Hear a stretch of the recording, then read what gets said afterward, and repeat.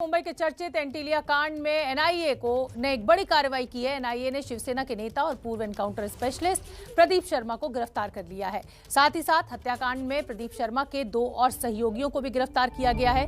गिरफ्तार आरोपियों का नाम सतीश और मनीष बताया जा रहा है। बड़ी खबर इस समय की, इस मामले में अब तक कुल 10 लोगों की गिरफ्तारी हो चुकी है। कोर्ट ने तीनों आरोपियों को 28 जून तक एनआईए की हिरासत में भेज दिया है। आज सुबह एनआईए की टीम प्रदीप शर्मा के घर पहुंची थी। शिवसेना के नेता हैं प्रदीप शर्मा, एनकाउंटर स्पेशलिस्ट रहे हैं और उसके बाद हिरासत में लिया गया और अब गिरफ्तार कर लिया गया है। प्रदीप शर्मा को मनसुख हत्या के मामले में गिरफ्तार किया गया है। प्रदीप शर्मा पर सबूत मिटाने और साजिश में शामिल होने के आरोप हैं। सुबह प्रदीप शर्मा को हिरासत में लिया गया था। एनआईए ने प्रदीप शर्मा के घर पर छापेमारी भी की थी, जहां से सबूत जुटाए गए।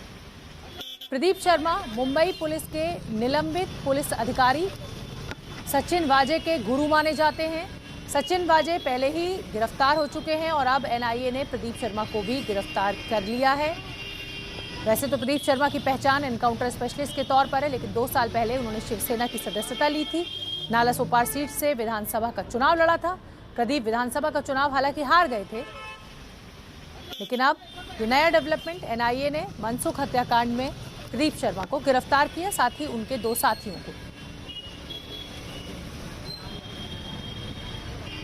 और इसी बड़ी खबर पर हमारे साथ 2 सहयोगी हमारे जुड़ रहे हैं, जितेंद्र दीक्षित और गणेश ठाकुर। जितेंद्र, मैं आपका रुख पहले करूंगी। मनसुख हत्याकांड में ये एक बहुत बड़ी गिरफ्तारी है और कई महीनों का समय लगा प्रदीप शर्मा तक पहुंचने में एनआईए को। जी हाँ शोभना, ये बात सही है। और जब ये पूरा प्रकरण सामने आया था, उसके बाद जो तमाम गिरफ्तारियां हुई थी सचिन वाजे की और दूसरे पुलिस अधिकारियों की, उसके बाद 2 अहम सवाल खड़े हो रहे थे कि आखिर इस पूरी वारदात का मास्टरमाइंड कौन है, और दूसरा अहम सवाल ये था कि आखिर मास्टरमाइंड कौन है और मोटिव क्या हो सकता है।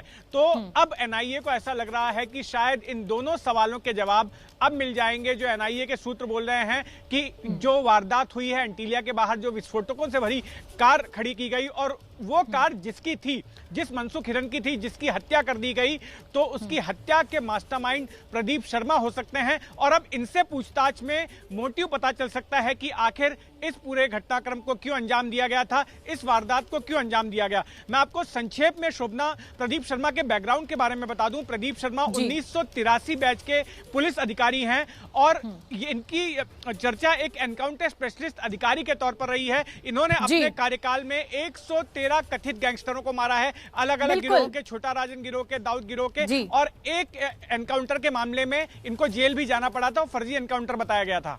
बिल्कुल, जाने माने एनकाउंटर स्पेशलिस्ट है, शिवसेना से चुनाव भी लड़ चुके हैं 2 साल पहले ही, हालांकि राजनीति में आए हैं। गणेश ठाकुर का मैं रुख करना चाहूंगी। गणेश ठाकुर, प्रदीप शर्मा के साथ उनके 2 सहयोगियों की भी गिरफ्तारी हुई है, उनके विषय में क्या डिटेल है? कौन है ये 2 लोग? जी देखिए शोभना, एनआईए का दावा है कि सतीश और मनीष सोनी ये 2 आरोपी हैं जिनको मुंबई से गिरफ्तार किया गया है। इन दोनों ने ये कबूल किया है कि मनसुख हिरण की हत्या में वो शामिल थे। उस रात कुल 5 लोगों ने मिलकर मनसुख की हत्या की। लाल रंग की तवेरा गाड़ी में उसके शव को ले जाकर रेती बंदर में डंप किया और इन्होंने ये माना है कि इस पूरे काम के लिए एक बहुत बड़ी रकम दी गई थी।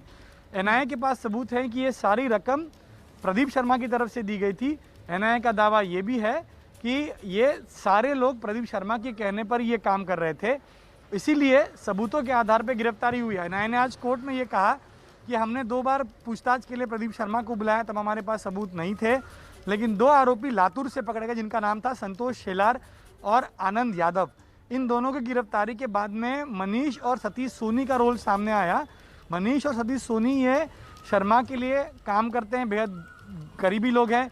ये चारों शर्मा के कांटेक्ट में थे और इन चारों ने ये माना कि शर्मा ने ही उन्हें रेती बंदर का स्पॉट बताया, गाड़ी उपलब्ध कराई और मनसुख की हत्या के बाद क्या करना है ये जानने के लिए भी प्रदीप शर्मा से सतीश ने बात की थी।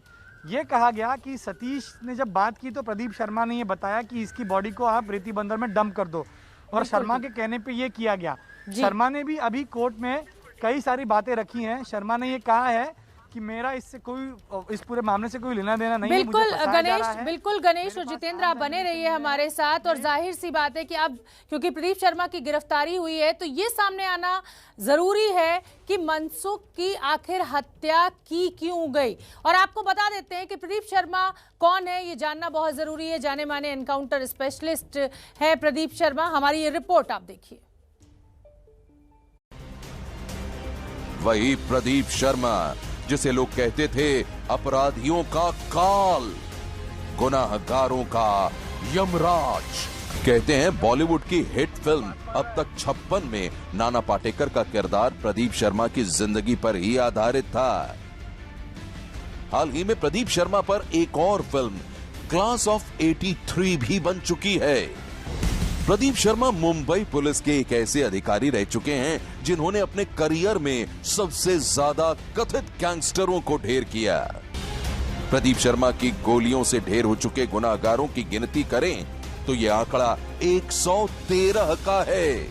यानी कि 113 गैंगस्टर प्रदीप शर्मा और उनकी टीम के शिकार बने।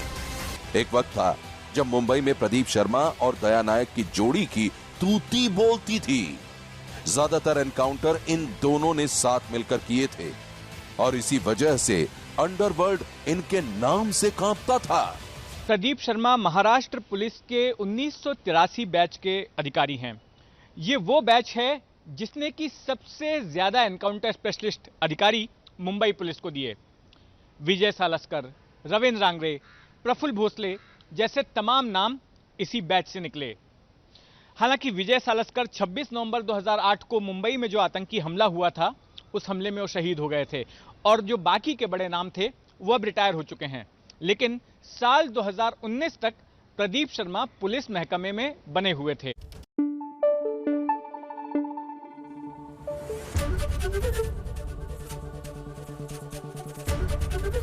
एबीपी न्यूज आपको रखे आगे।